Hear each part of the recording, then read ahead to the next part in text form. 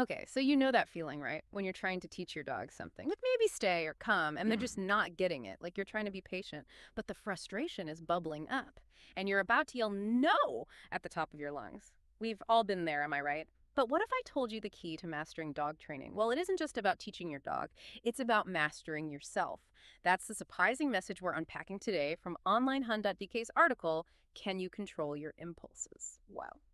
We're diving deep into how our self control as owners can make or break our dog training success. And to help us navigate these human focused waters, I've got our expert here. And what I found so fascinating about this article is that it really flips the script on traditional dog training advice, wouldn't you say? It absolutely does. Mm. We often focus so much on the dog's behavior, their lack of impulse control, that we forget to look in the mirror. This article reminds us that dogs are incredibly sensitive to our emotions, even on a subconscious level.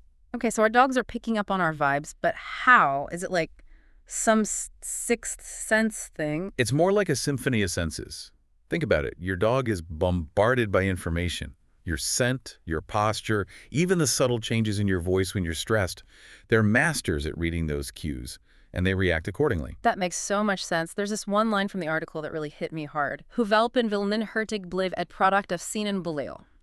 Basically like saying that puppies especially are like emotional sponges, absorbing the energy of their environment, which, let's be honest, is often US. It's a powerful reminder that we set the tone for their learning and behavior. And that tone is especially crucial during those early years.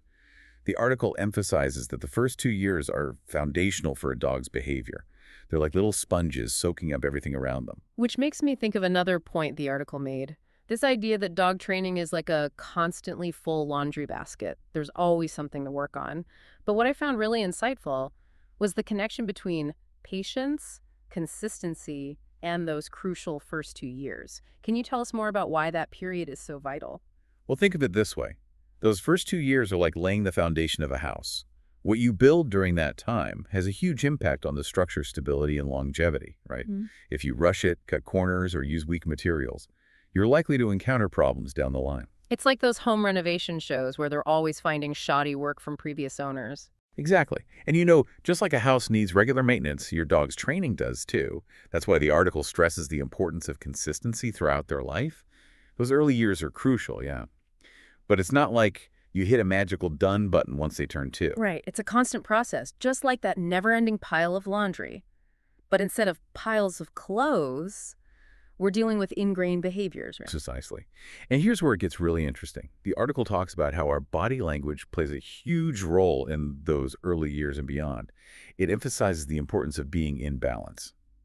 I'm curious, what comes to mind when you hear that phrase, being in balance, in the context of dog training? Honestly, I think about those times when I'm trying to teach my dog something new, and they're just not getting it. Like my shoulders tense up, and my voice gets higher, and I can feel myself getting frustrated. And your dog picks up on all of that. That's what the article is getting at. When we're tense, our dogs sense that tension. They might obey out of fear, but they're not truly learning or enjoying the process. That makes me think about when you're trying to teach a kid to ride a bike. If you're all anxious and hovering, they'll sense that anxiety and probably end up falling off. But if you're calm and encouraging, they're more likely to relax and find their balance. What a great analogy. That's exactly the kind of energy we want to bring to dog training. Calm, patient, and even playful. Remember, the article emphasized that training should be a positive experience for both you and your dog. When you approach it with joy and patience, you'll both get so much more out of it. So it's not just about what we're teaching our dogs, but how we're teaching them. And a huge part of that how is managing our own impulses. Absolutely. Now think about this. How often do you find yourself reacting impulsively? Not just with your dog, but in other areas of your life. Maybe you snap at a loved one after a long day, or you fire off an angry email before taking a moment to breathe. The skills we learn through mindful dog training, patience, self-awareness, impulse control, those are valuable life skills that extend far beyond our interactions with our canine companions. Wow, that really puts things into perspective. It's like the article is subtly encouraging us to be more mindful in all aspects of our lives.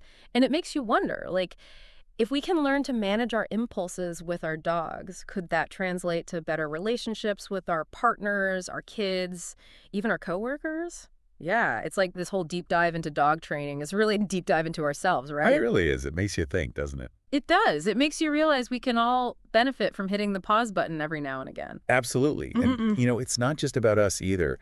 This self-awareness, it directly impacts our dogs too. Oh, totally. Remember how we talked about dogs mirroring our energy? Yeah, like they're little furry sponges, soaking it all up. Exactly.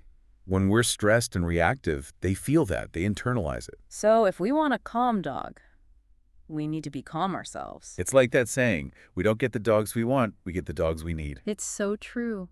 Maybe our dogs are here to teach us just as much as we're here to teach them. What a beautiful thought. Uh-huh. And it makes you wonder, what if we approached all our relationships this way? With that same patience and understanding. Exactly.